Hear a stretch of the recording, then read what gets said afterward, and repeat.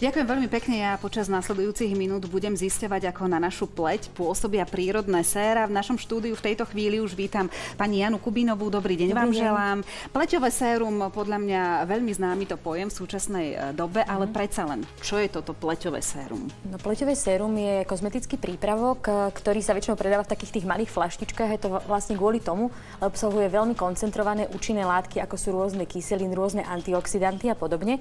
A stačí naozaj len pár kvapiek a dokáže preniknúť hlboko do pokožky a priniesť veľmi dobré výsledky, či už proti boji proti vráskam, proti oxidačným procesom pokožky.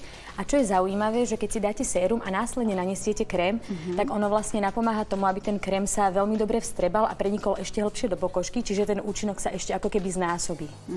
Také zaujímavé možno je, že Aziatky používajú napríklad 7 vrstiev takýchto vecí, že dajú si jedno sérum, druhé sérum na rôznu časť tváre, rôzne séra a následne to zafixujú tým krémom a následne až potom si dávajú nejaký make-up alebo čokoľvek. A to môžeme robiť aj my? Môžeme. Pokiaľ si vyberieme samozrejme to správne pleťové sérum, takže je vždy nutné v podstate vrstviť. To znamená, že tá prvá vrstva je to pleťové sérum a potom nanášame krém, na ktorý sme zvyknutí.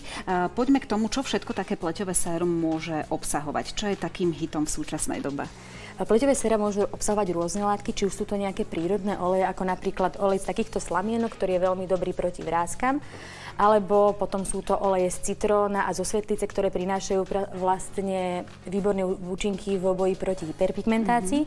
Následne taký olej zo zelenej kávy, z takýchto zrniečok, pomáha v boji proti kruhom pod očami, čo je veľmi dobré, lebo ten kofeín pokožku krásne vypne. A kyselina hyaluronová z tých takých najzákladnejších, to je jednoducho bojovník v boji proti vráskam. Ale novinky vo svete sér sú veľmi zaujímavé a to je napríklad vitamín C, resveratrol alebo peptidy. Sú to všetko také zvláštne názvy, človek by si povedal, že... Vitamín C je známy. Tento áno. Ale pri vitamíne C, keby sme si povedali, tak je veľmi dobre sledovať, čo je napísané na obale toho samotného séra, pretože vitamín C alebo kyselina askorbová, ako sa mu hovorí v chemickom svete, veľmi rýchlo oxiduje. Preto je veľmi dobré si v sérach vyberať také, ktoré obsahujú nejaký derivát tejto látky. To znamená ako askorbil fosfát sodný, ktorý je jeden z najúčinnejších derivátov kyseliny. Čiže táto zložka by mala obsahovať a mala by byť v tom prírodnom sére. V tom sére samotnom, pretože on preniká hlboko do pokožky a až tam začína pôsobiť, neoxiduje a takisto v porovnaní s kyselinou prináša o mnoho menší potenciál alergických reakcií alebo začervenania pokožky alebo čohokoľvek iného. Takže naozaj kyselina askorbová je super, ale ak by sme chceli dosiahnuť nejaké veľké výsledky, potrebovali sme vysokú koncentráciu a takisto by sme potrebovali a takisto by sa potom mohlo stať, že tá vysoká koncentrácia by pokožku podráždila. Naopak pri tých derivátoch je to tak, že nižšia koncentrácia okolo 10% stačí a môžeme dosiahnuť výborné výsledky pri rozjasnení, vypnutí pokožky a pri boji s oxidačným stresom, čiže tými externými negatívnymi vplyvmi, ako je smog alebo stres samotný. Čiže ten potom vitamíne C, respektíve, kedy by som mala siahnuť po takom sére s vitamínom C? Keď mám už zrelú tú pleť a mám možno aj také výraznejšie a hlbšie vrásky?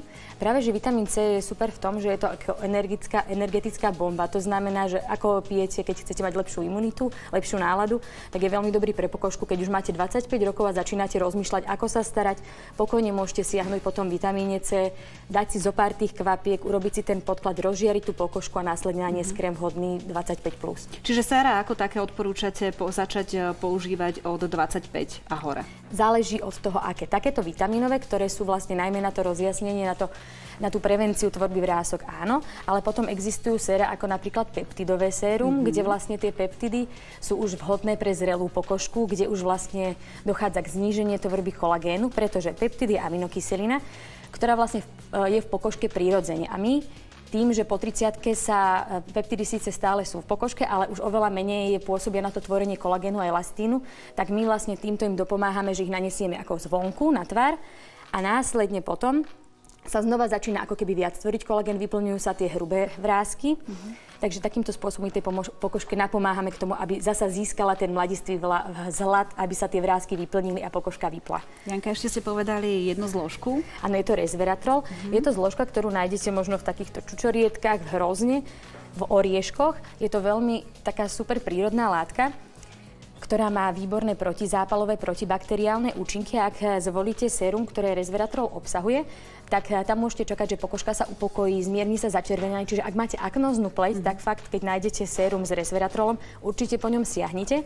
Plus, keď ho doplníte napríklad o aktívnu látku, ako je vitamín A, čo je retinol, tak dosiahnete aj veľmi pekné vypnutie tej pokožky, okrem toho, že pokožka sa upokojí. Len tu by som jednu vec chcela povedať, že ten vitamín A, ak máte v nejakom akomkoľvek sére, nie len v kombinácii s resveratrolom, môže spôsobiť, že cez deň on je fotosyntetický. To znamená, že je dobré ho používať na noc, aby ste predišli nejakému zlupovaniu, po prípade tvorbe pigmentových škvrn, aby tá pokožka sa nepodrážila. Čiže v noci ho nechajte pracovať a na denné ošetrenie nejaké iné sérum s nejakým iným aktívnym prvkom.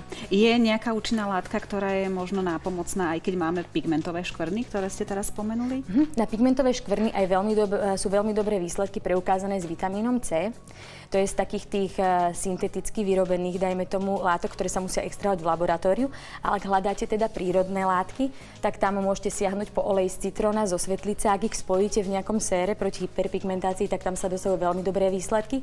A čo je výborné, tak pri tých sérach s prírodnými olejmi, tak tam ich môžete používať aj ráno, aj večer, lebo väčšinou bývajú obohatené o malinový olej, ktorý vlastne má tú UV ochranu, takže pokožka ešte je uchránená pred tým UV žiarením. To znamená, že sérum by som mala použiť ráno, potom ako sa umiem, následne na to nanesiem sérum, ale vhodné na denné použitie. A potom sú séra zvlášť na to nočná. Áno, alebo sú také obojživelné, ktoré môžete použiť aj ráno, aj večer.